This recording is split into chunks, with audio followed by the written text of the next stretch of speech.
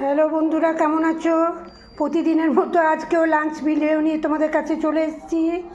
দেখো আমাদের লাঞ্চ আজ ছাতু পেঁয়াজ ভাজা,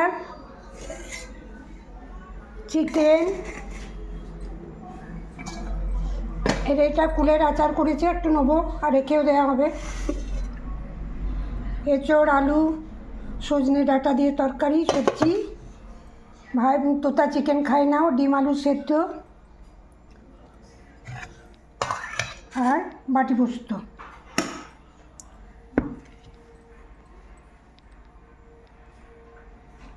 আজকে রান্না বাটি পোস্ত, ডিম আলু সেদ্ধ, ছাতু পেঁয়াজ দিয়ে ভাজা, চিকেন, কুলের আচারটা করা থাকবে, মাতেও নেওয়া হবে একটু করে, আর এঁচড়, আলু, সজনে ডাঁটা দিয়ে সবজি, ভাত।